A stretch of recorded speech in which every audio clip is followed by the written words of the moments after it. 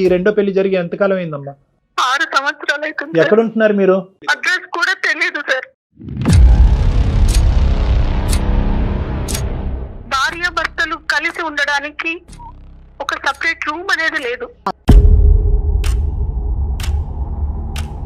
18 సంవత్సరాలలో నాకు 14వ సంవత్సరంలో నేను ప్రెగ్నెంట్ అయ్యాను మేడం. పని చేస్తూ ఉమ్మనీరు మొత్తం పోతుంటే ఇలా పొట్టనిలా పట్టుకుంటేనే హాస్పిటల్కి వెళ్ళాను మేడం. బేబీ కడుపులోనే చచ్చిపోయింది మేడం.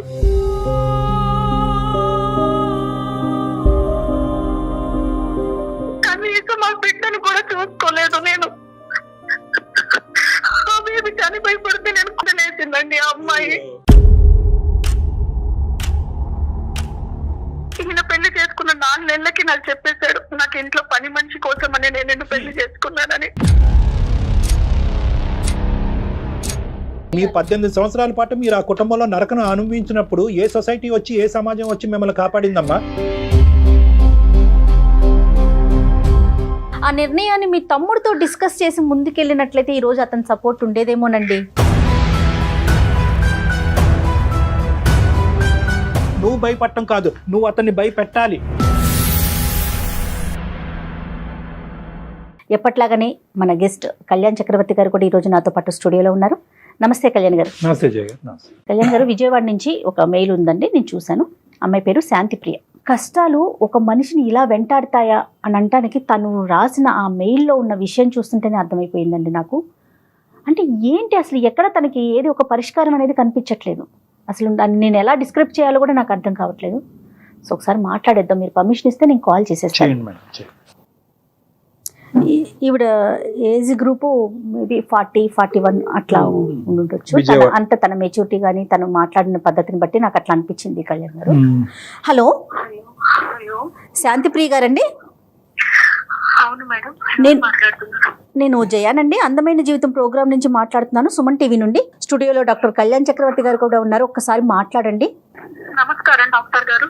నమస్తే అమ్మా శాంతిప్రియ. నమస్తే అమ్మా. మాది విజయవాడ.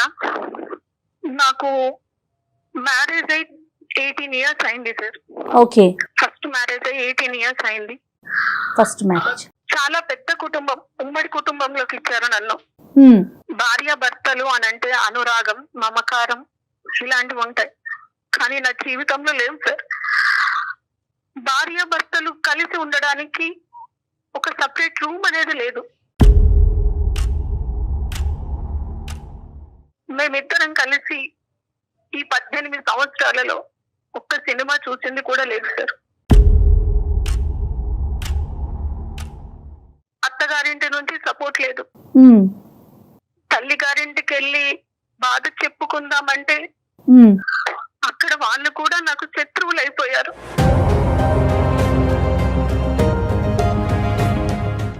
అసలు మీ వారు ఏం చేస్తుంటారండి? మా వారు రియల్ ఎస్టేట్ లో చేస్తుంటారు, బాగానే సంపాదించారు, కోట్ల ఆస్తి, ఆడపడుచులు మరిది కూడా ఉన్నారు. ఓకే. ఆస్తి పాస్తులు, పెద్ద కుటుంబం అన్నారు, ఉమ్మడి కుటుంబం అన్నారు. ఎక్కడ సమస్య వచ్చింది? సమస్య ఎక్కడి నుంచి వచ్చిందంటే, నేను ఒక మంచి చీర కట్టుకొని మంచిగా రెడీ అయినా మా మరిది మా వారితో అనేవారు, చూడు ఎలా రెడీ అయింది, ఎవరి కోసం రెడీ అయింది అడుగు. ఆయనలో లేని అనుమానాన్ని రేకెత్తించడం. ఓకే. కలిసి మాట్లాడుకునే టైం ఉండదు మేడం. అక్కడి నుంచి సాయంత్రం వరకు చాకిరీ చేయడమే, వండి పెట్టడం. అంటే మాకంటూ ఒక ప్రైవసీ లేదు, ఒక రూమ్ లో కూర్చొని మాట్లాడుకునేది లేదు. 18 సంవత్సరాలలో నాకు 14వ సంవత్సరంలో నేను ప్రెగ్నెంట్ అయ్యాను మేడం. 14 సంవత్సరాలకి నేను ప్రెగ్నెంట్ అయితే నన్ను ఎలా చూసుకోవాలి మేడం ఆయన? 14 ఇయర్స్ ఆఫ్టర్ మ్యారేజ్ అంటే మనిషిలా కూడా చూసేవాళ్ళు కాదు. ఆ ప్రెగ్నెన్సీలో నాకు షుగర్ కూడా అటాక్ అయింది. ఓకే. నన్ను తీసుకొని హాస్పిటల్ కి వెళ్లే వాళ్ళు కూడా కాదు. అంత పెద్ద ఉమ్మడి కుటుంబంలో నాకంటూ నా కష్టాన్ని చెప్పుకోవడానికి ఒక్కరంటే ఒక్కరు కూడా ఉండేవాళ్ళు. అంటే శాంతి గారు, అటువైపు నుంచి ఉన్న రీజన్స్ ఏమై ఉండొచ్చు? ఒక అన్నయ్య, ఒక అక్క, తమ్ముడు కూడా ఉన్నాడు. ఓకే. అన్నయ్యకు తన భార్య లోకం, తను ఏం చెబితే అది. ఓకే. నాకు సపోర్ట్ గా మా తమ్ముడు ఒక్కడు నిలబడ్డాడండి. నేను ఇంకో 2 రోజుల్లో బేబీకి డెలివరీ అన్నప్పుడు నాకు పని చేస్తూ ఉమ్మనీరు మొత్తం పోతుంటే ఇలా పొట్టని ఇలా పట్టుకొట్టాను. హాస్పిటల్కి వెళ్ళాను మేడం.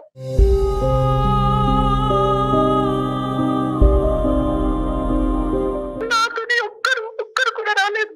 ఇంత పెద్ద ఉమ్మడి కుటుంబంలో పొట్టని ఇలా పట్టుకొని ఆటోలో నేను వెళ్ళిపోతే బేబీ కడుపులోనే చచ్చిపోయింది మేడం.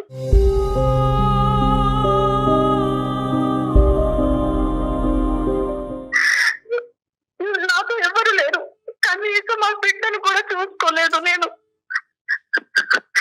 ఆ బేబీ చనిపోయి పడితే నేను కోమాలోకి వెళ్ళిపోయాను. స్పృహలోకి వచ్చాక అడిగితే బేబీ కడుపులోనే చనిపోయింది అని అన్నారు. నా బిడ్డని నేను చివరి చూపు కూడా చూసుకొని దురదృష్టవంతురాలు, పిలుపుకు కూడా దూరం అయిపోయాను. నేను నా బిడ్డ కోసమైనా బ్రతుకుదాం అనుకున్నాను మేడం. నాకు ఆ అదృష్టం కూడా లేకుండా చేశాడా దేవుడు. అంటే డిలే అయిందమ్మా, అంటే డెలివరీ టైంకి అంటే మీరు హాస్పిటల్కి వెళ్ళటం వల్ల లేట్ అయ్యిందా? ఎవరు సపోర్ట్ లేరు అప్పుడు నీకు?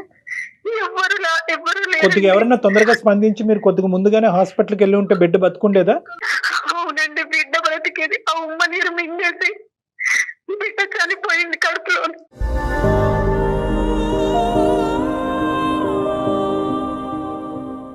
అమ్మ డయాబెటిక్ అన్నారు కదా, అది కంట్రోల్లో ఉందమ్మా ఆ టైం అప్పుడు? షుగర్ కి సంబంధించినటువంటి ట్రీట్మెంట్ అన్నదా సవ్యంగా జరిగిందా? ప్రెగ్నెన్సీలో డయాబెటిక్ అయితే కనుక చాలా స్పెషల్ కేర్ తీసుకోవాలి. Pregnancy it self is a burden for a women అమ్మ. అంటే ఫిజియలాజికల్ గా మెంటల్ గా ఒక బర్డెన్. ఆ టైంలో ఆ అమ్మాయికి మోరల్ సపోర్ట్ లేదు, ఇమోషనల్ సపోర్ట్ లేదు. దానికి తోడు ఈ అమ్మాయి దురదృష్టం 14 years తర్వాత ప్రెగ్నెంట్ అవటము, ఫిజికల్ ప్రాబ్లమ్స్ రావటం, ఉమ్మ నీరు బేబీ తాగటం, డయాబెటిక్. సో అన్ని కలిసి వచ్చినాయి పాపం తనకి. కలిసి రావటం ఒకటిని. ఒకప్పుడు ఇలాంటి సమస్యలు సర్వసహజంగా చూస్తూ ఉంటాం అమ్మ. Only thing that she would have needed at this point is support. అనేది లేకపోవడం. అమ్మాయికి ఏంటంటే ఇమోషనల్ గా మోరల్ గా సపోర్ట్ లేదు అనేది ఇంతవరకు బాధపడింది. ఫిజికల్ గా తనకి శారీరక పరంగా ఒక సమస్య వచ్చి తన జీవితం అనేది, ఆ బిడ్డ జీవితం ఒక రిస్క్ లో పడినప్పుడు కూడా ఎవరు ముందుకు రాలేదు. ఇట్లా నాకు అయినాక కూడా మా వారు కనీసం ఎలా ఉంది, ఓ పర్లేదు మళ్ళీ మనకు పిల్లలు పుడతారు అన్న సపోర్ట్ కూడా లేదు మేడం. మోరల్ సపోర్ట్ ఎప్పుడు లేదమ్మా. అంటే నువ్వు ఎవరు లేరు, నువ్వు నా జీవితానికి పట్టిన శనివి, ఇంకా నువ్వు నాకు బిడ్డల్ని కూడా ఇవ్వలేదు అన్నట్టుగా. నువ్వు ప్రెగ్నెంట్ అవటం అన్నది అసలు అతనికి ఇష్టమేనా అమ్మా? అంటే 14 సంవత్సరాల తర్వాత నువ్వు ప్రెగ్నెన్సీ వచ్చింది, గర్భం దాల్చావని చెప్పి నీకు ఎంత ఆనందం ఉందో అందులో కొంతవరకైనా అతనికి లేదు. ఆయనకు ఎంతసేపు ఆయన బిజినెస్, ఆయన ఫ్యామిలీ, ఆయన చెల్లెళ్ళు, ఆయన తమ్ముడు, ఇదే ఆయనకు లోకం. సో ఇంట్లో ఒక పని చేయడానికి ఒక ఆడది అంతే. ఆ ఇంట్లో పని మనిషిగా చూస్తున్నారు, మీకంటూ ఒక స్వేచ్ఛ. కానీ ఇంతకంటే విచిత్రం ఏంటంటేనమ్మా, ఒకటి శాంతి, ఓకే అత్తింటి వాళ్ళు ఇలా ప్రవర్తిస్తారని చాలా సందర్భాల్లో చూసాం. కానీ ఇప్పుడు 1 సంవత్సరం 2 సంవత్సరాల పాటు సర్దుకుపోవమ్మా, సమస్యలు సద్దుమనుగా అవుతాయి. అత్తింట్లో ఇలాంటి చెప్పేవారండి, అమ్మగారు సర్దుకుపోమ్మా, సర్దుకుపోతే పరువు పోతుంది. నాన్నగారు అనేవారు, వెనక్కి వచ్చేసే అమ్మా, నేను నిన్ను చూసుకుంటాను, వెనక్కి వచ్చేసే అమ్మా అని. ఆయన మారకపోతాడా, నా ప్రేమను అర్థం చేసుకోలేకపోతాడా, ఆయనకు మారకపోతాడా అని ఇంకా నా వల్ల కాలేదు. నాన్నగారు కూడా మొత్తం మంచాన పట్టేసి నా మీద రందితో బాధతో ఆయన మంచాన పడితే ఇంకా నేను ఒక్కసారి చివరి చూపు కన్నా వెళ్ళేసి వస్తాను అని ఎంత బతిలాడినా కూడా పంపించలేదండి.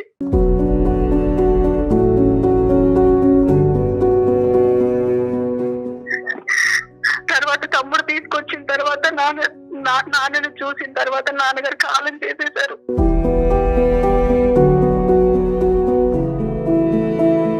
తమ్ముడు ఇంకా పంపించలేక, నీ ఆరోగ్యాన్ని నేను చూసుకుంటాను, నీకు నేను ట్రీట్మెంట్ ఇప్పిస్తానని సైక్రియాటిస్ట్ దగ్గర తీసుకుని ట్రీట్మెంట్ కూడా ఇప్పించారండి. సో నాన్నగారు చనిపోయినప్పటి నుంచి ఇంక ఇంట్లో ఉండిపోయారు మీరు, మీ పుట్టింట్లో? అమ్మగారితో పాటు అమ్మ, నేను, మా తమ్ముడు మమ్మల్ని తీసుకెళ్లి సపరేట్ రూమ్ తీసుకొని అక్కడ ఉంచారండి. ఇక్కడ దేవుడు కూడా చిన్న చూపు చూసాడండి. అయ్యో, మా తమ్ముడి భార్య మమ్మల్ని చూసుకుంటున్నారన్న కక్షతో సమాజంలో నాకు మా తమ్ముడి మీద నిందలేసిందండి ఆ అమ్మాయి. ఏం కర్మమ్మ ఇది? నా మీద మా తమ్ముడి మీద నిందలేస్తే ఆ విషయం కూడా నాకు తెలియలేదండి. ఈ మధ్యలో అమ్మగారు కూడా కాలం చేసేసారు. మా ఇంటి ఓనర్ వచ్చి, ఇలా మీ తమ్ముడు రావద్దమ్మా, ఇలా మీకేదో జరుగుతుందంట అంటే నేను ఏమైపోవాలండి?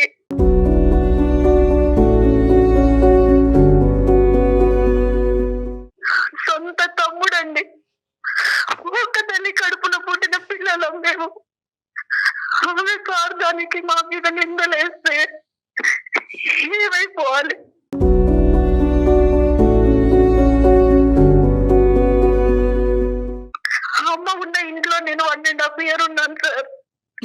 డాక్టర్ గారు చెప్పమ్మా. రాత్రి పూట నిద్ర పట్టక మధ్యలో వాష్రూమ్ కి లేవాల్సి వస్తుంది, భయం వేస్తుందని 2 స్లీపింగ్ టాబ్లెట్స్ మింగి పడుకునే పద్ధతి సార్ నేను.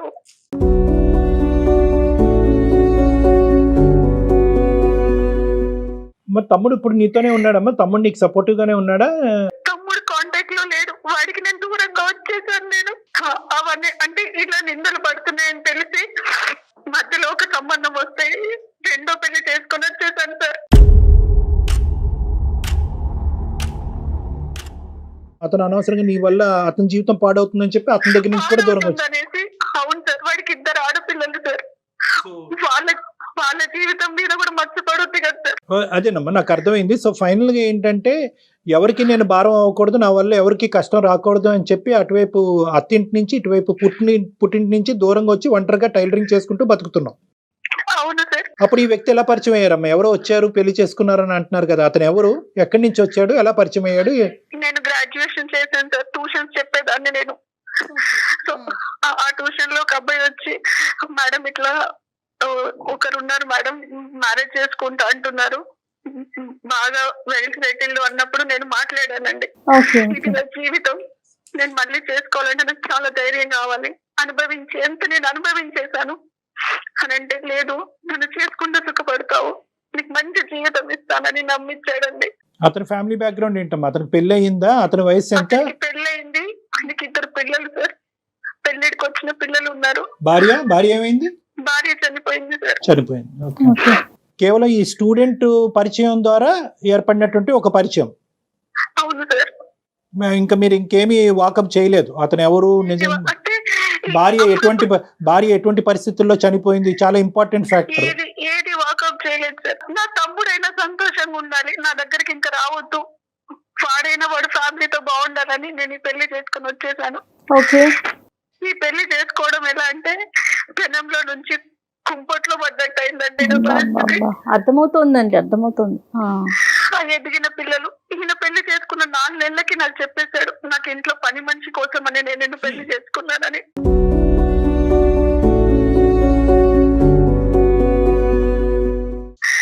నా ఎదిగిన పిల్లలకు చూసి పెట్టడానికి, వంట చేసి పెట్టడానికి అన్నట్టుగా. అక్కడి పరిస్థితి కంటే ఇక్కడ ఇంకా దారుణం సార్. పంజరంలో చిలకలాగా ఇంకా దాన్ని మాటలతోని పొడవడం. ఒక్క నిమిషం శాంతి, నువ్వు ఇప్పుడు వరకు వేరే వాళ్ళు లేదంటే నీ దురదృష్టం వల్ల ఒక అడుగు, ఇప్పుడు నీ చేతులారా ఇంకో అడుగు వేసి ఇంకా భయానకమైనటువంటి పరిస్థితిలో నువ్వు తీసుకెళ్ళి. డైవర్స్ అయిందమ్మా? ఫస్ట్ మ్యారేజ్ డైవర్స్ అయిందా? అయ్యింది సార్, ఫస్ట్ మ్యారేజ్ డైవర్స్ అయింది. ఇది ఇంకా నరక కూపం అండి. ఎదిగిన పిల్లలు ఉన్న వాళ్ళని పెళ్లి చేసుకోకూడదని అనిపించిందండి. ఆ పిల్లలు కూడా సూటిపోటి మాటలు అనడం, అక్కడే ఉండాలి, ఎవరితో మాట్లాడొద్దు, మాట్లాడితే ఆ రోజు ఇంకా నాకు ఒక విధమైన నరకాన్ని చూపిస్తారు. పెద్దల సమక్షంలో జరిగిందా? అతని వైపు ఎవరన్నా పెద్దవాళ్ళు అది ఉన్నారమ్మా? మీ హస్బెండ్ సైడ్ సెకండ్ లేదు సార్, గుళ్ళో జరిగింది. నా వైపు నుంచి నేను ఎవరిని పిలవలేదు సార్. అతని సైడ్ నుంచి అమ్మా? అతని సైడ్ నుంచి అతని పిల్లలు ఉండేనండి. అంతే ఏదో తొందరలో కదమ్మా, ఏదో కారణం ఉంటది. ఎందుకు చేసుకున్నావు? తమ్ముడు అన్న తన ఫ్యామిలీతో బాగుంటాడు, 2 ఆడపిల్లల జీవితాలు బాగుంటాయని. ఇంకా ఎందుకంటే తమ్ముడికి ఇచ్చి చేసింది ఎవరినో కాదు సార్, మా అక్కయ్య కూతుర్ని సార్, మా అక్కయ్య కూతుర్ని.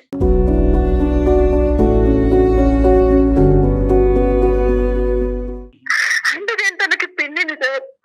ఆ అమ్మాయి మా మీద అలా నిందలేసింది, ఇంకెవరున్నారని అనుకోవాలి సార్. కాదమ్మా, ఒక నిందలేసే మనస్తత్వం ఉండేటటువంటి వాళ్ళు ఇప్పుడు నువ్వు పెళ్లి చేసుకున్న తర్వాత కూడా నిందలేస్తారు. చుట్టుపక్కల వాళ్ళు కూడా నమ్మారు కదా సార్. డైరెక్ట్ మా ఓనర్ వచ్చి, అమ్మాయి నీ తమ్ముడు మీ ఇంటికి రావద్దు, మీ మధ్యలో ఏదో ఉందంట అంటే చచ్చిపోవాలనిపించింది సార్.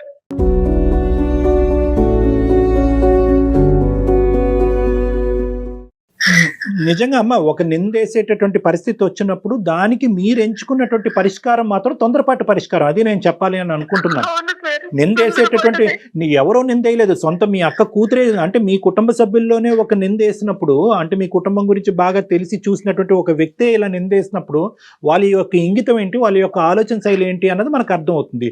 ఆ మాట పట్టుకుని ఇంటి పక్కన వాళ్ళు ఎదురింటోళ్ళు ఒక 2 మాటలు అన్నారు కాబట్టి ఎవరో దారికి పోయినటువంటి దాని గురించి వాకప్ చేయకుండా తొందరపడి పెళ్లి చేసుకుని నువ్వు ఏం సాధించావమ్మా? ఎవరిని సుఖపెట్టావు? నీ బ్రదర్ని సుఖపెడదాం అనేటటువంటి ఒకే ఒక ఉద్దేశంతో, అతని మీద నిందపడకూడదు, అతని కాపురం చెడిపోకూడదు అనే ఒక ఉద్దేశంతో చేసుకున్నటువంటి ఈ పెళ్లి నీ బ్రదర్కి భారం అయిందా, భారం తగ్గిందా? భారం ఎక్కువైంది. ఇప్పుడు ఈ రోజు ఏంటంటే మీకొక్కరి దానికే కాదు, అంత పెద్ద మనసు ఉన్నటువంటి మీ బ్రదర్కి కూడా ఈ రోజు కౌన్సిలింగ్ చేయాలనేటటువంటి పరిస్థితి వచ్చింది. ఆ పెళ్లిలోంచే 18 సంవత్సరాలు పట్టింది మిమ్మల్ని బయట వేయటానికి. మీ కుటుంబ సభ్యులు ఎవరు సపోర్ట్ చేయకపోయినా ఒంటి చేతి మీద బయటకు తీసుకొచ్చి కాపాడాడు. ఎందుకు కాపాడాడు? ఆ నరకంలో కాకుండా నీ మటుకు నువ్వు ఒంటరిగా నువ్వు బతకచ్చు, నువ్వు బతికినంత కాలం నేను నీకు సపోర్ట్ ఇస్తాను అనేటటువంటి విధంగా నిన్ను బయటకు తీసుకొచ్చాడు. బయటకు తీసుకొచ్చిన తర్వాత ఏం చేశాడు అతను వెనకాతలు ఎవరు ఏమో వాళ్ళ భార్య ఇంకోటి అనుకుంటుందా, ఎవరో ఏమనుకుంటున్నారా అనేటటువంటి పట్టింపు అతనికి లేదు. నువ్వు పట్టించుకోవటం మొదలుపెట్టావు. ఇదేంట్రా తమ్ముడు, నీ జీవితం నాశనం అయిపోతుంది, నేను ఇంకో పెళ్లి చేసుకుంటానని చెప్పి ఈ రోజు ఇంకా భయంకరమైనటువంటి చిక్కుముడి మీ బ్రదర్ కూడా తయారు చేసినటువంటి పరిస్థితి అయింది. ఇంట్లో నుంచి అడుగు బయట పెడితే కాకులాగా పొడుచుకు తిన్నారు సార్. ఇప్పుడు నువ్వు చెప్పేటటువంటి మాటలు Shanti, that is the reality of the society. ఇప్పుడు సొసైటీ బట్టి నేను బతకాలి అని అనుకుంటే కనుక నువ్వు బ్రతకలేవు. సొసైటీ ఇలా అనుకుంటుంది, అలా అనుకుంటుంది, వాళ్ళ నోర్లు ఇలా మూయించాలి, వీళ్ళ నోర్లు ఇలా మూయించాలి అనేటటువంటి పద్ధతిలో మీరు ముందుకెళ్తే వీళ్ళు నోర్లు మూయించేటటువంటి పనిలో మీరేంటంటే తప్పు మీద తప్పు చేసుకుంటూ పోతూ ఇంకా ఊబిలో కూరిపోతారు. ఇప్పుడు మీ పరిస్థితి అలాగే అయింది. 18 సంవత్సరాల పాటు మీరు ఆ కుటుంబంలో నరకను అనుభవించినప్పుడు ఏ సొసైటీ వచ్చి, ఏ సమాజం వచ్చి మిమ్మల్ని కాపాడిందమ్మా? మీ సొంత రాలేదు, మీ సొంత తల్లిదండ్రులే రాలేదు, మీ కుటుంబ సభ్యులే రాలేదు. మనసున్న మహారాజు లాగా మీ తమ్ముడు ఒక్కడు కాపాడకపోతే కనుక మీరు ఈ రోజు ఆ ఇంట్లోనే అక్కడే చనిపోయి ఉండేవారేమో మీరు. కానీ నా జీవితంలో సంతోషం అనేది వస్తుంది అని మా తమ్ముడు నాకు చాలా ధైర్యం ఇచ్చాడు సార్. ఇప్పుడు ఆ తమ్ముడు తను కూడా నేను మాట్లాడట్లేదు.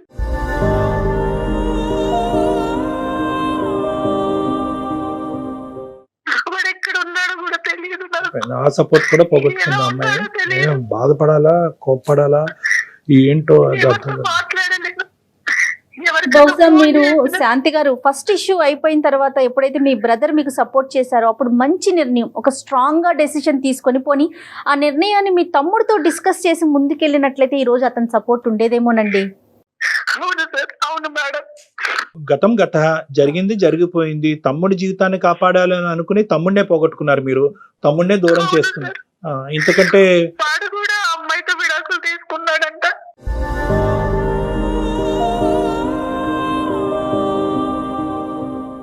అయిపోయింది అక్కడ కూడా అయిపోయింది. మీరు పెళ్లి చేసుకున్నా అమ్మాయి విడాకులు ఇచ్చుండేది, పెళ్లి చేసుకోకపోయినా అమ్మాయి విడాకులు ఇచ్చుండేది. ఎందుకంటే ఆ అమ్మాయి మైండ్ ఆల్రెడీ పొల్యూట్ అయిపోయింది కాబట్టి.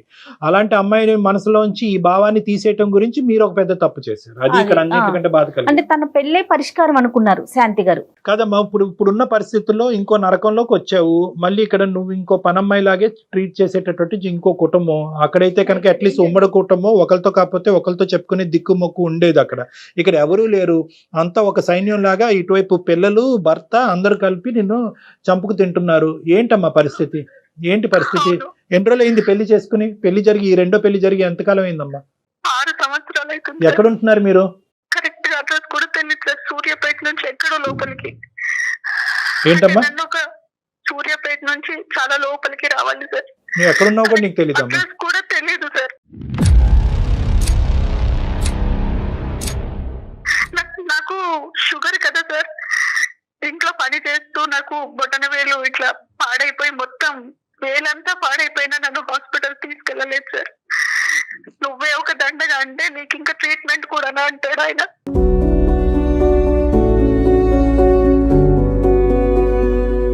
ఆ పాత నరకం 18 సంవత్సరాలు, ఇప్పుడు ఈ నరకం యొక్క డ్యూరేషన్ 6 years.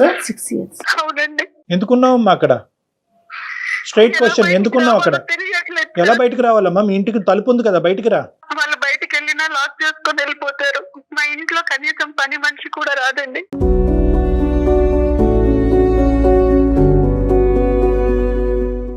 అది కదమ్మా, ఇంటికి వచ్చినా నేను మాట్లాడకూడదు వాళ్ళతో. ఇప్పుడు అర్థమైంది కదా ఆ ఇంట్లో ఇంకో స్త్రీ ఎలా చనిపోయింది అన్నది.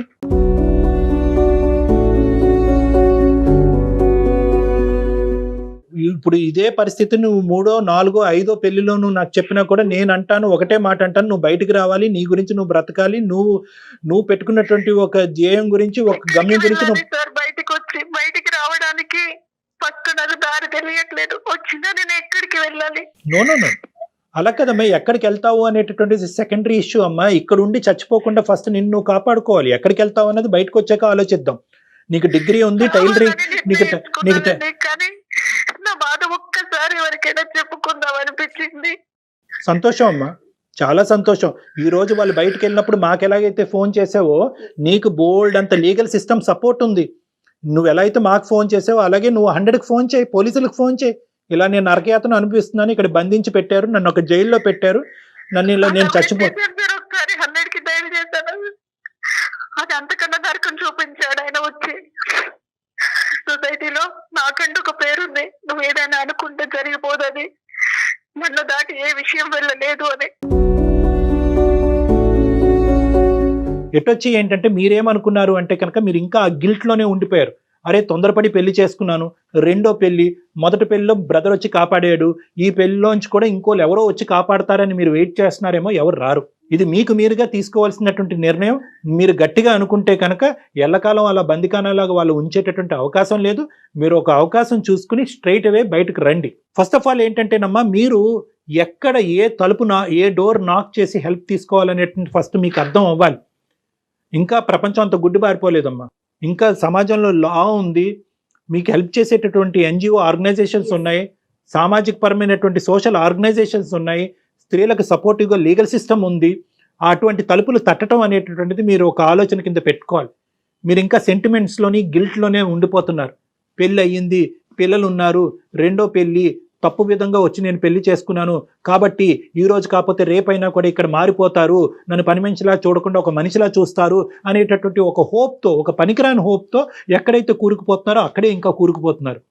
ఇది మీరు ఇందులోంచి అంటే 6 సంవత్సరాలు అయిపోయింది, మళ్ళీ ఇందులో 6 సంవత్సరాలు అయిపోయింది. ఇప్పుడు ఏమనుకుంటారంటే అరే ఆల్రెడీ 6 years అయింది కదా, ఇంకెక్కడికి వెళ్తానులే, ఇంకా అంతా అయిపోయింది, తమ్ముడు లేడు, ఎవరు లేరు, ఇక్కడే చచ్చిపోతానని అనుకుంటున్నారు. అది కరెక్ట్ కాదు. మీ గురించి మీరు బ్రతకాలి, ఒక స్వేచ్ఛాయుతమైనటువంటి జీవితాన్ని మీరు బతకాలి. మీ జీవితం మీద మీకు నమ్మకం రావాలి. నాకు ఇంకో భయం కూడా ఉంది డాక్టర్ గారు, బయటికి వచ్చాక ఈయన నన్ను బతకనిస్తాడా, ఈయన గురించి నేను చెడుగా చెప్తే అమ్మా, నువ్వు ఎలాగైతే భయపడుతున్నాడో ఆ మనిషిలో కూడా ఒక భయం అన్నది ఉంటుంది. ఆ మనిషిలో భయం పుట్టించాలి మీరు, ఆ మనిషిలో భయం పుట్టించాలి. మీరు నొక్కవలసినటువంటి బటన్ నొక్కట్లేదు కాబట్టి అతను ఇలా పబ్బాన్ని గడుపుతున్నాడు. ఒక స్త్రీ ఎలాగైతే కనుక ఇతను బాధ తట్టుకోలేక చచ్చిపోయిందో, నువ్వు కూడా అలా బాధ తట్టుకోలేక ఇలా క్షీణించబడి అలా చచ్చిపోతావు అనేటటువంటి వెయిటింగ్ గేమ్ అతను ఆడుతున్నాడు. అప్పుడు ఇంకో కొత్త పని మనిషి ఆ ఇంట్లోకి వస్తుంది అనేటటువంటి ఆలోచనతో అతను ఉన్నాడు. ఒక స్వార్థపూరితమైనటువంటి మనిషిలో నువ్వు భయపడటం కాదు, నువ్వు అతన్ని భయపెట్టాలి. ఒక పోరాట పట్టణంతో ముందుకెళ్తేనే ఇలాంటి వాళ్ళకి బుద్ధి వస్తుందమ్మా. వదిలేస్తే మళ్ళీ ఇంకొక వ్యక్తి అదే, ఇప్పుడు డాక్టర్ గారు చెప్పినట్లు అదే ప్లేస్ లో ఉంటారు కదా. అతను ఒకటే కాదమ్మా, అతన్ని చూస్తూ ఇదే జీవన విధాన శైలి అని చెప్పి రాంగ్ ఎగ్జాంపుల్ గా తీసుకునేటటువంటి 2 పిల్లలు ఉన్నారు. వాళ్ళు ఎంత భయంకరమైనటువంటి రాక్షసుల కింద మారుతారో, ఎటువంటి కుటుంబాలని వాళ్ళు రేపొద్దున పెద్దయ్యి నాశనం చేస్తారో అనేటటువంటి సమస్య కూడా ఇక్కడ ఉంది. ఇంకొక 100 జీవితాలు నాశనం అవ్వకముందే నువ్వు కథం తొక్కాలమ్మా. ఎంతమ్మా 2 నిమిషాలు, ఇప్పుడు ఈ ఫోన్ పెట్టే కానీ 100కి ఫోన్ చేయి, లేదంటే మమ్మల్ని చేయమంటే మేము చేస్తాం. మీ లొకేషన్, వాట్సాప్ లొకేషన్ మాకు షేర్ చేయండి, మీరు ఎక్కడున్నారో మాకు చెప్పండి, మేము పోలీసులకు అక్కడ పంపిస్తాం. మేము ఫస్ట్ నువ్వు అందులోంచి బయటపడి విడుదలవు. అలాగే డాక్టర్ గారు. దేవుడు ఇచ్చినటువంటి ఈ జీవితాన్ని కాపాడుకో. నీ కాళ్ళ మీద నువ్వు నిలబడి నువ్వు బయటకు వెళ్ళి సమాజం ఏ లెక్కేస్తుంది అనేది తీసి పక్కన పెట్టేసే. తప్పకుండా డాక్టర్ గారు. ఓకే, తప్పకుండా. All the best. Thank you. Good luck Shanti. Right.